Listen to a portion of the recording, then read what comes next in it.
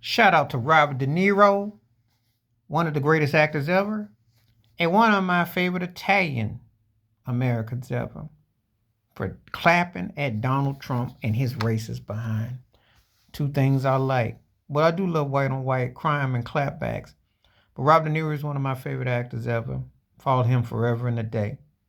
And I love it when Italian Americans actually speak out against fellow whites, especially when they are coming with a sense of beyond being stereotypical and cliche.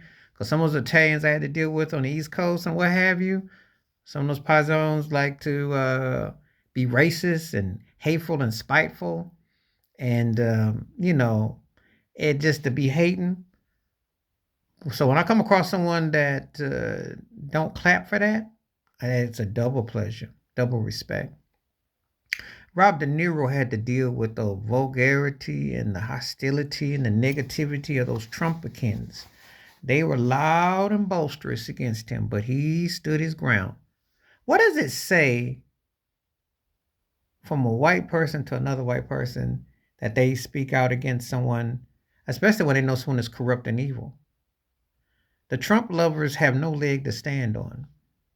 They are embarrassing. They are a fraud. They should vacate the United States. That's how I feel. Not because and Joe Biden sucks too, by the way, and he's a bigot just like Trump, but that this is the thing. You're not even supporting a party, you're supporting a person, idol worshiping. That's what you're doing. To make matters worse, he's in a criminal investigation. To make matters worse, he has multiple charges.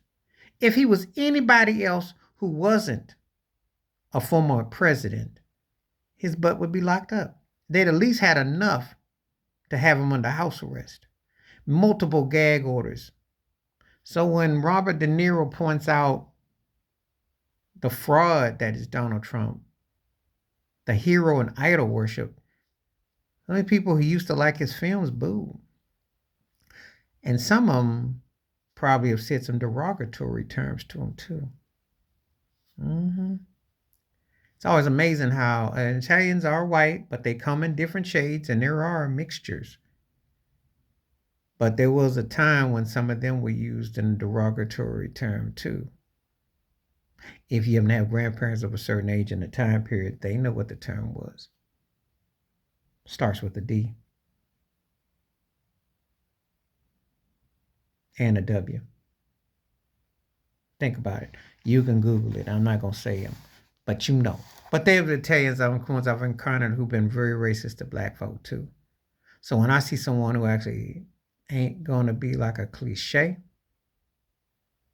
someone actually has a spine for themselves, they're not going to be a Tony Soprano type. They're not going to take the Archie Bunker route. They're actually going to speak out against evil racist trash like Donald Trump.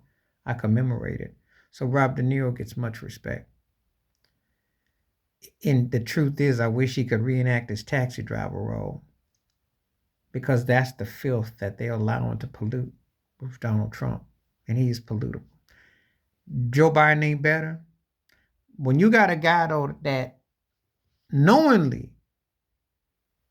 downplayed a pandemic, violated lives, pushed white supremacists with Steve Bannon, West Charlottesville, West Virginia, good people on both sides. Let that sink in. The people he's had associate with him, what he's always in trouble for. He done broke everything. Everything that you get mad about Puffy about, you can put Trump in there too. Epstein Island. Props to Rob De Niro.